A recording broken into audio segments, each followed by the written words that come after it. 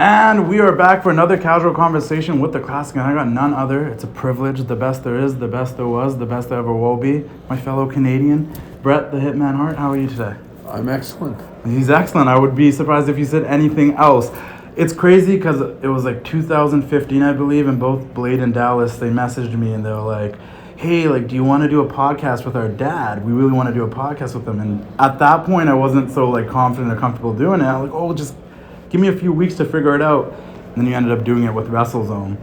And ever since then, I'm like, that's my biggest regret out of this whole Wrestling Classic journey is I never did that podcast with you. And I've wanted to interview you. So this is a privilege and it's an honor. So thank you very much. Glad we get a chance to do it. Thank you. The first thing I want to ask you is Dungeon Wrestling. Wrestling is back in Calgary. Can you tell me how Dungeon Wrestling came about and what are your thoughts about it? Well, it's my son's wrestling promotion, and I think he's trying to bring back the old kind of Stampede kind of wrestling on a local level, but bring out young guys and just to mix some young talent with old veterans and get some kind of the good old Stampede wrestling vibe that they. Wrestling's become so complicated with, there's more time and money put into just the entrance and the music and the spectacle of it all rather than the. Sometimes people just want, just give me a wrestling match. Yeah. And I definitely saw that. I was out there for the Stampede show that you guys did outside at the Romero's Distillery, and it was just like it was an old school vibe, and like you could feel like in the air like. Calgary knew that the Harts were bringing wrestling back to Calgary, and it's a little different when it's that case. Well, I hope my sons keep on, putting out the last couple of shows that I've been to or seen have been nice change of just good old fashioned wrestling. Let me ask you this: is there some people in Dungeon Wrestling that you think really stand out to you and are like names that people should look out for, like this Kid Chocolate, Mo out there. You got Harry's wrestling over there. There's a handful of people that. Well, they got Nick Aldis as the Stu Hart champion, and he's a very credible champion, and he's one of the best wrestlers in the world right now. So, and you got the two Bulldogs, which is cool. I didn't know that they were wrestling, and then they recently started showing up everywhere. They're really good. I really enjoy them. They're really good, and they got a lot of heart, and there's some kind of gene in there that is like Thomas Billington, who's not Dynamite's kid, but it's his nephew. Yeah, is a dead ringer for Dynamite. I mean, he looks like him and talks like him and acts like him, and reminds me of him, and it's a beautiful thing. Like are they kind of a little bit of a throwback in terms of wrestling style for you? Yeah, they're like Dynamite. Yeah. They're indestructible. They can do anything. They can drop kick you off the top turnbuckle anywhere in the arena. Like they're just they take a lot of chances out there, but they're really exciting. You got Harry Smith, who's just always been a credible, really solid wrestler from day one, going back years ago, and. And then there's just always a lot of guys, like they've got a big guy named Bruno that's, he's just a big, huge, impressive guy. And then there's CK Crimson is another guy that is uniquely different than everyone else. And he stands out. Kind of, I think when you're putting on family wrestling, with like attacks and barbed wire and blood and people being blown up and stuff like that you want to give them that basic wrestling and entertain them without doing all the fancy stuff. So I get in trouble if I didn't ask, so you got to tell me a little bit about Kid Chocolate, Mo Jabari. You've kind of taken him under your wing. He's there's a lot of you in him a little bit, if I can say. Well, Mo's like my fifth son. I didn't want to say it, but it feels that way, to be honest. Maybe if he's my son, he might be one of the better ones. But, Mo's a great guy, and I'm happy that I've been an inspiration to him. And I know my brother Bruce taught him years ago in school, and that's where I think he got the idea to become a wrestler. Was talking to my brother Bruce. And, I just makes me feel good when I see someone execute my moves, like taking turnbuckles and a lot of the stuff that I used to do. He does similarly, and Yeah, I appreciate someone that puts that much into his technique. 100%. I always appreciated your strikes and your punches. They always look so real, and I think he's picking up on that because his always look so real. They're getting better. They're getting better, yeah. So on April 7th, Dungeon Wrestling is having their first pay-per-view, which people can order worldwide, called Unfinished Business. If you had to sell that pay-per-view to people, what would you tell them, and why should they order Unfinished Business on April 7th? Well, I think it's just it's a throwback thing. I think that's what I feel is it's that old vibe that you don't get anymore from wrestling. Yeah. And the audience, it's in a building where it's not a big, huge building, but it's every seat in the building is a perfect seat. Yeah. And if you ever want to just sit and watch just a good wrestling match, that building is the ideal place. And that's what I told my son. You got to go back to the old pavilion. Yeah. Resurrect the old kind of wrestling and give people, see if they like the old stuff better than... Yeah, things have definitely changed, that's for sure, and there's a lot different kinds of wrestling these days, and we're told to accept everything. I want to bring up, I recently just interviewed Stone Cold Steve Austin, and he's had very kind things to say about you. You got emotional when I brought up your name. I think we're getting to that point where people are reflecting about their careers a lot, and I think the feud with you in 96, 97, from what he said, meant a lot to him. He was talked very candidly about you, and then the craziest thing is after we did the interview, when he went downstairs to celebrate 316, he brought it up again, and then in the evening at the 2K party, he brought it up again, and I'm like, I have this man talking about Bret Hart all day. So that being said, looking back at 1996, 1997, what did it mean to you to handpick Steve Austin to work with when you came back, and then to know that you helped his career as much as you did? And he did also mention the fact that he did never beat you, but every time he did lose to you, his stock went up, and that's something special. Well, that's the important thing to notice about, to remember about all that is that, I was one of the guys that went to Vince literally a few weeks before he got signed on by WWF and asked him to see if they could get Steve Austin in, and then I remember coming in and going, I just heard he signed with ECW. Yeah. And I was kind of mad at Vince and different guys because they didn't get him. Yeah. And it was literally like 2 or 3 days later or a week later, I remember he's sitting in the dressing room. And I couldn't believe that my complaint that he got signed by ECW, he got out of that contract and re-signed with WWF. And that's when he came in 96. And I remember I came in, it's like, finally, he made it. Yeah. And I think I had a lot to do with trying to get him in. Yeah. They let him go. I think he gave you a lot of credit for that too. They passed on him, and I was went to Vince, how could you let Steve Austin go? And he goes, Steve Austin. I said, he signed with ECW. And, anyway, they went and got him and signed him, and so then when he started, I just knew he was a good friend of Rick Rude's actually, and I knew that there was a certain kind of chemistry that we had when we first met, and he was a guy that really wanted to work. Steve, for Steve to ever say that I helped him get where he did, he would have gone anywhere. He would have gone there anyway. He was that talented that he didn't need me to. But I know that I believed a lot in Steve, and I really wanted to help him. And there's a lot of truth in a lot of that time period. I think I was Survivor Series when I wrestled him. Yeah. Leading into it, I did an interview about I want to wrestle the best wrestler in the WWF, and that was Steve Austin. And when I said Steve Austin, I think everyone thought I was going to say Shawn. Yeah.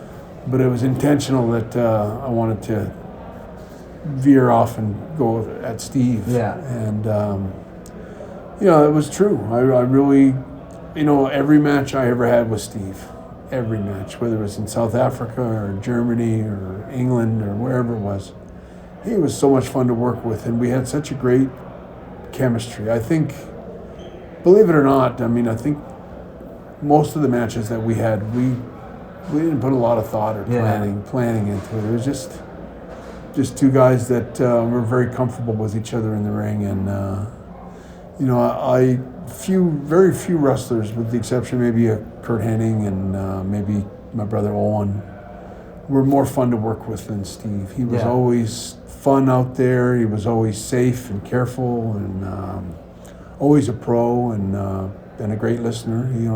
He trusted me, And we just always had a great chemistry. I really do feel bad that we didn't get to have more matches. I think a lot of us would have enjoyed that as well.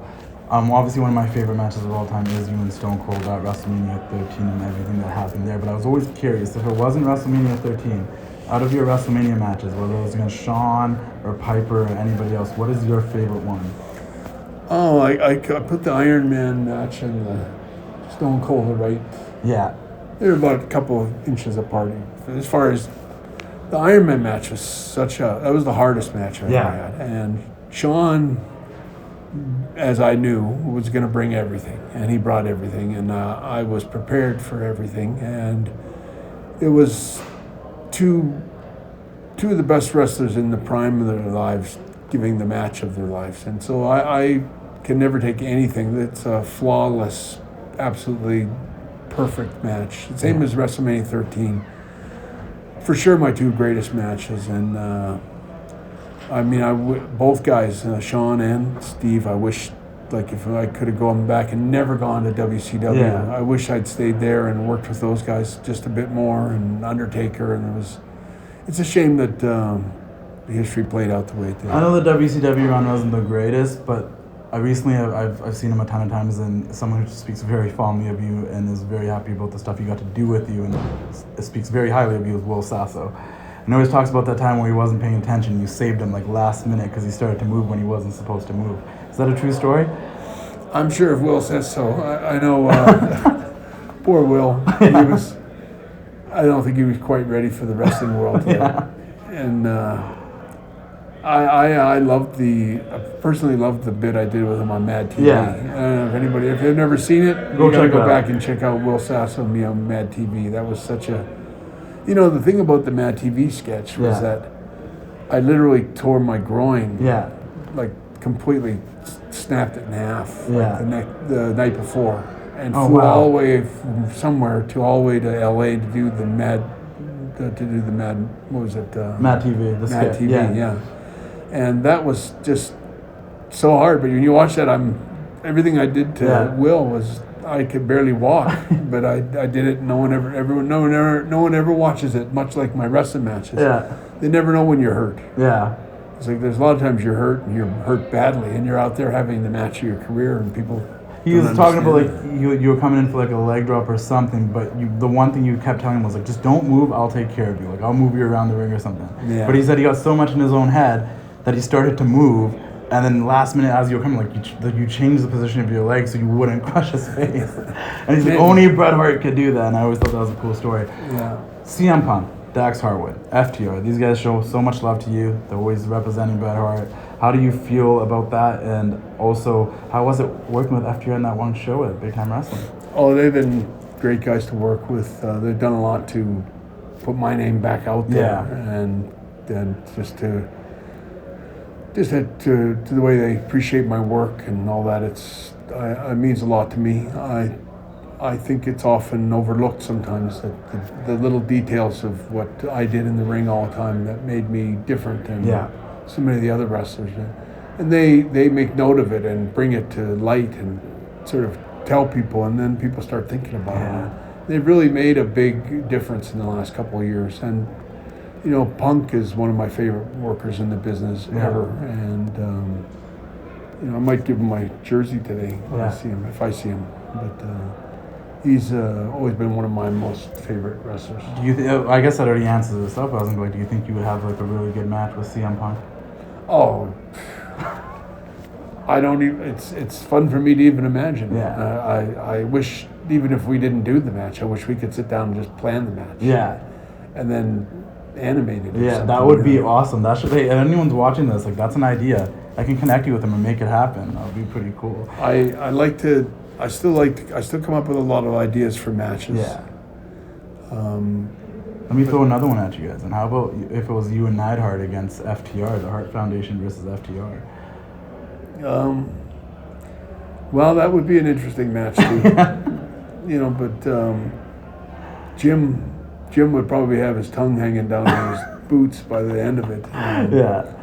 Poor Jim. I remember a lot of times Jim and I would be wrestling different teams. I remember the Rockers. Yeah. Me and Jim wrestling the Rockers, and I remember Jim doing all in the beginning of the match. I remember telling Jim, like, you go in and use up all the gas in the early part, and then tag me, and I'll go in. I'll stay in there for a long time. Like, I remember a couple of times with Jim where he would be looking over at me on the apron, like just his tongue hanging out. He'd be so tired after. Yeah. But it was fun. How about you and Owen against the Bollywood boys? Harv and Gurv. Brothers versus brothers. That would be a good. I imagine that might be a babyface match. Yeah. I don't want to work heel against Harv and Gurv. It's too nice. They are too nice. Two nice Canadian boys. We'll ask you just like two more questions and we'll wrap this up. A question there's actually two questions I've actually always wanted to ask you.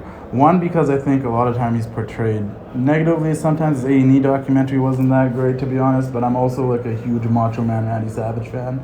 Do you have any like great Macho Man Randy Savage stories? Oh, I got lots. I love Randy. He's one of my favorite, one of the wrestlers I respect the most ever. Yeah. Just an absolute wonderful guy. Always a team player. Always a guy that gave 100%. Macho Man, that documentary didn't do justice to him. No. He was a class guy that was somebody that anybody that ever knew him or was around him always had respect for him. Yeah. Just a great wrestler. Another question I've always wanted to ask you, and this is really not wrestling related, but I've been told many times and I've heard that you're like a big Beatles fan. So I've been told by our boy Goo, he'll probably get mad that I brought him up, but that Hey Jude is your favorite song. Yeah. But what are your other 4 favorite Beatles songs? 4 big favorite Beatles songs? I always like I Am the Walrus. Yeah. Was always one of my favorites. I like... I'll give you mine really quickly. I always liked Hey Jude. I like Day in the Life. I just that middle where John Lennon starts doing the screaming thing, it just yelling thing was really cool. Strawberry Fields Forever. Probably Help. And then I'm trying to think of the 5th one too myself. But I know there's probably another one out there, but I always liked A Day in the Life. Yeah. I always liked what's that one on Let It Be about? Let It Be is great. I'm on my way home. Dun, dun. Oh, just the two of us. Yeah. Yeah, that's a great one too. I've always found myself humming that song to myself when I was flying home. Oh, there you go. Wrestling. Yeah. It was always like I'm almost on the plane. You know, you'd wait for days and days and days to finally get home. So it was always a thought in my head. Were you more of a John Lennon guy or a Paul McCartney guy? I liked them both. I liked them both when they mixed together. Yeah. And, you know, I still think Hey Jude's the greatest song ever written. It really is. It's such a great song. It makes you feel something every time you hear it. It's very motivating. I think a lot of people can relate to it. You ever see that little clip of the Beatles when they did it live in a little studio on a TV show in Elephant? The kids came out on the stage and they sat around and everyone said, and there was one Indian guy there in a fog, a turban. I saw him. I'm like, oh, that's crazy. They brought a guy. That's the closest you ever get to see the Beatles live. And that was the beautiful. I'm so glad they did that day. And that's my favorite song. Last but not least, when knowing about your entire career and how everyone respects you and appreciates you and everything you've done, do you feel like you've made your younger self proud? The little kid that was eating popsicles with the bear on him. For sure I have. I wake up every day and I'm a very lucky man to be as proud as I am of my career and the things I did and throughout my career and. I'm a very happy guy in the world today. I'm in a good place, and I feel like I'm healthy, and I got the whole world kind of pat me on the back all the time. Which is great. I'm a happy guy, and I'm lucky, and I got a great wife at home. Yeah, the whole family's great. Every time I go out there, they're all so loving and great and kind. And I do hope that people will get a chance to check out Dungeon Wrestling and just see something different. 100%. April 7th, Unfinished Business. You guys know. Check it out. Buy the pay-per-view. It's going to be a great card. You can check them out on Instagram at Dungeon_Wrestling. The card will be there and stuff as well. Are you going to be at the show? I should be, yeah. And if you're in Calgary, you might be able to meet Bret Hart. It's a pretty good chance you'll find me there. Yeah, there you go. Thank you guys so much. Thank you so much for doing this. I really do appreciate it. And I hope everyone enjoys the rest of their week. And we'll keep doing the thing. Ooh, yeah. Dig it. It's time to say goodnight. We sincerely appreciate your patronage and hope we've succeeded in bringing you an enjoyable evening of entertainment. Please drive home carefully and come back again soon. Good night.